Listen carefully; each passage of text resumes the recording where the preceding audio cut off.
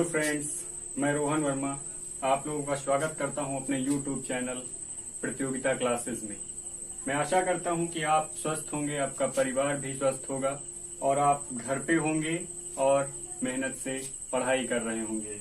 तो आइए देखते हैं आज का जो चैप्टर है वो रिलेटेड है मराठा शक्ति का अभ्युदय, जो कि एक बीटीसी थर्ड सेमेस्टर का चैप्टर है।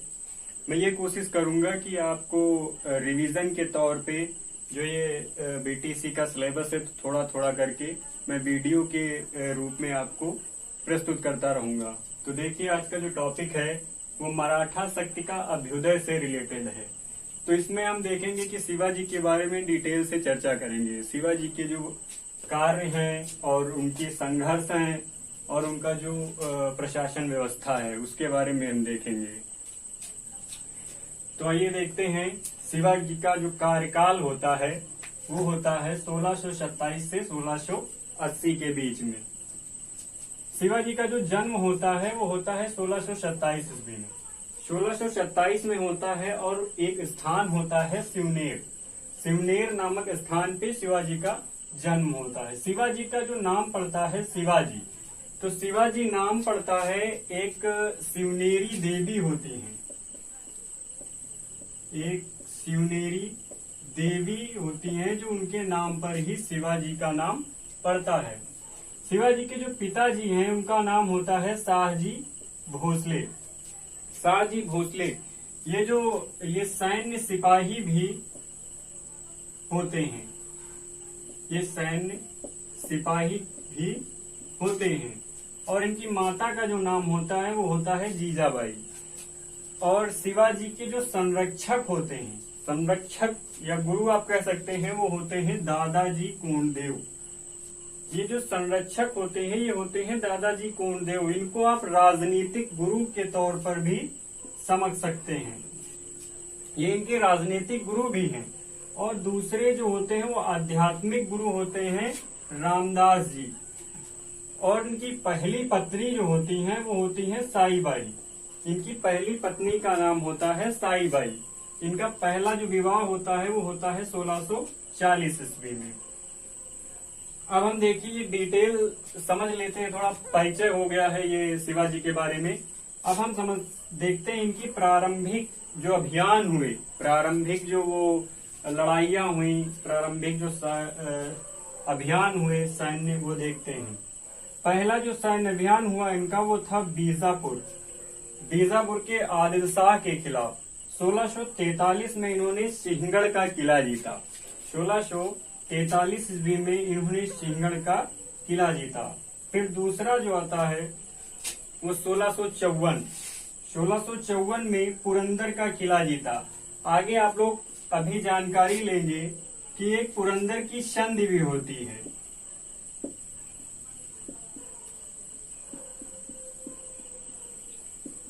एक पुरंदर की संधि के भी बारे में हम लोग चर्चा करेंगे। अगली जो आती है 1659 में अफजल खां जो होता है वो बीजापुर का जो सूबेदार होता है उससे संघर्ष होता है शिवाजी का। फिर इसमें होता है शाइस्ता खां। 1663 में शाइस्ता खां जो औरंगजेब का मामा होता है उससे संघर्ष होता है शिवाजी का। उससे संघर्ष के बाद में देखिए क्या होता है, एक मैप के जरिए हम बताना चाहेंगे। ये मान लीजिए भारत, ये इधर मान लीजिए मराठा क्षेत्र,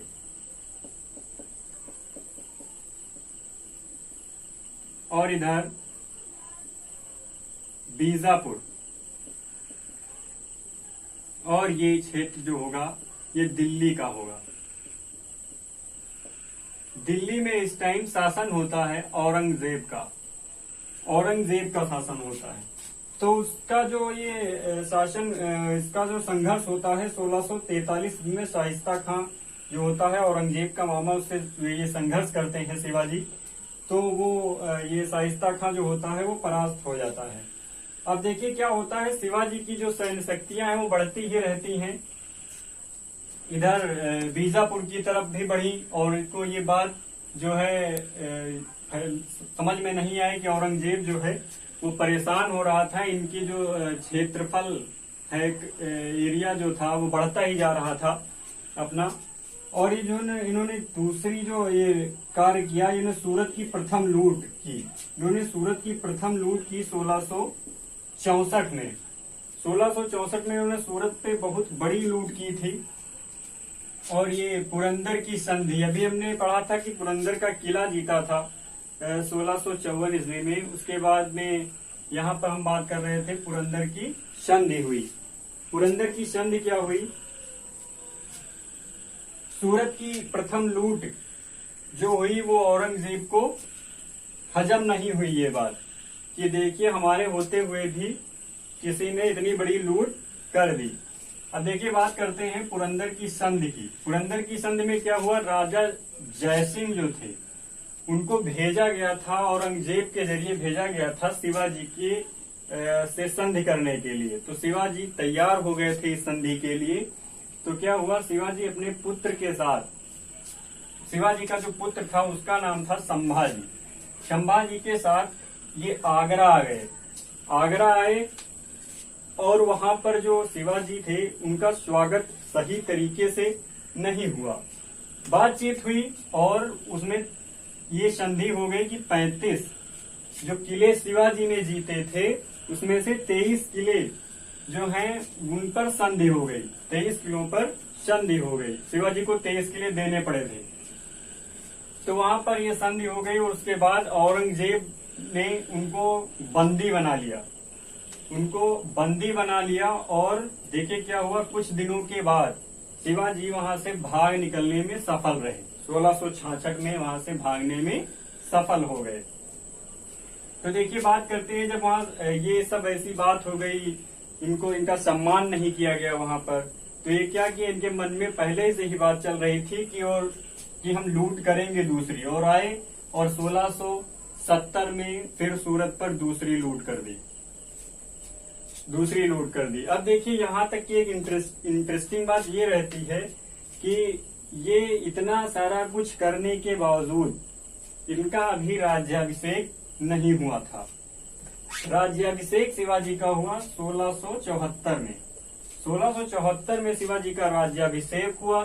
6 जून 1674 को राज्याभिषेक किया था गंगा भट्ट ने।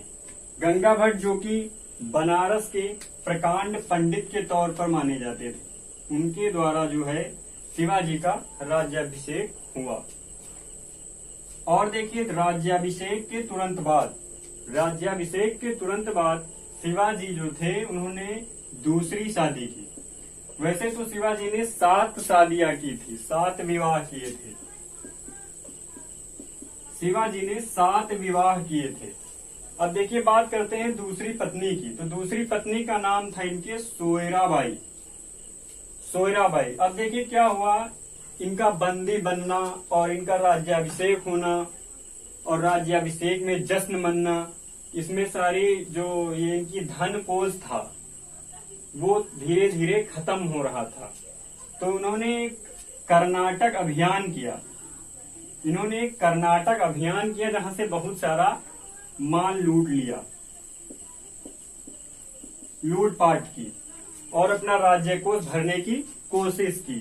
और उसके बाद शिवाजी की जो अंतिम विजय थी जिंजी का किला। शिवाजी की जो अंतिम विजय थी वो थी जिंजी का किला।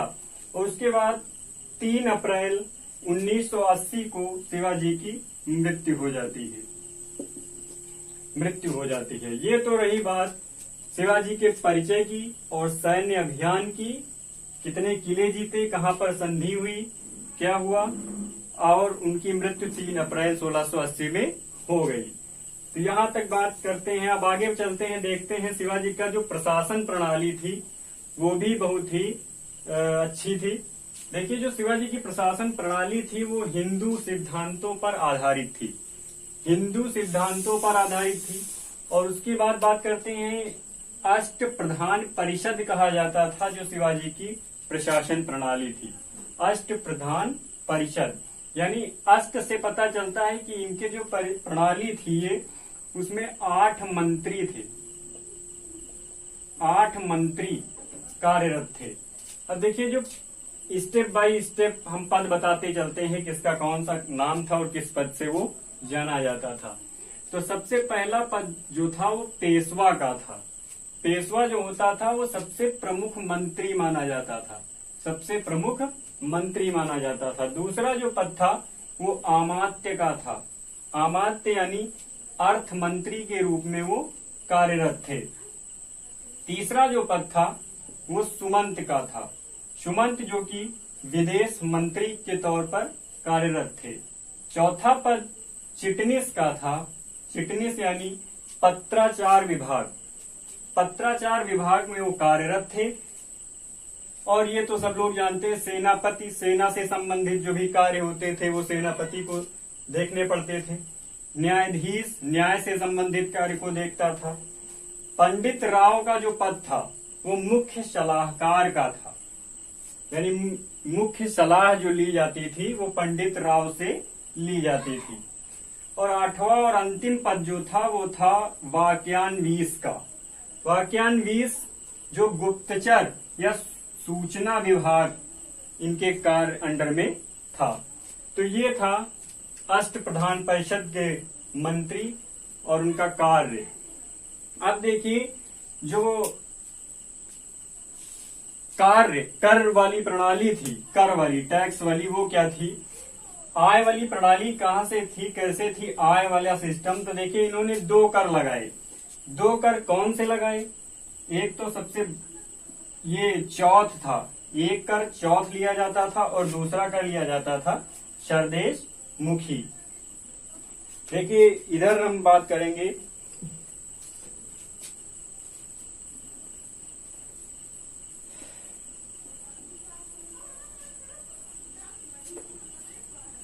एक पहला जो कर था वो था चौथ।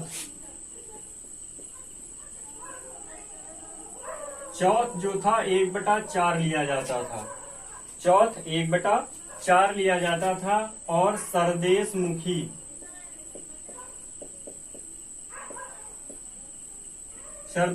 जो था वो 1/10 लिया जाता था। देखिए क्या होता था कि जैसे मान लीजिए कि ये शिवाजी का एरिया है, ये क्षेत्र है, तो चौथ उन लोगों से लिया जाता था जो मतलब कि जैसे शिवाजी के एरिया के बाहर जो क्षेत्र थे वो शिवाजी के क्षेत्र में आते थे, अंडर में आते थे, उनकी देखरेख करते थे वो। तो उन लोगों से क्या लिया जाता था? 1/4 लिया जाता था कि हम तुम्हारी सुरक्षा करेंगे, आप अपनी आय का इतना हिस्सा हमको देंगे तब। और देखिए सरदेश मुखी में क्या होता था कि सरदेश मुखी में होता था कि जो उनके एरिया यानी राज्य में के अंदर रहते थे लोग, उनको पूर्ण रूप से सुरक्षा दी जाती थी। उनसे क्या लिया जाता था? 1/10, उनकी आय का 1/10 कर लिया जाता था। तो देखिए आज का टॉपिक जो था वो मराठा शक्ति का अभ्युदय से रिलेटेड था। तो इसी तरह से हम अपने वीडियो जो है वो लाते रहेंगे बीटीसी 3rd सेमेस्टर बैच से संबंधित। और इतने ये जो चैप्टर है ये थोड़ा इसके आगे का भी चैप्टर है, उसका वीडियो भी हम देंगे आप लोगों को। यहाँ तक रखिए, धन्यवाद, नमस्कार।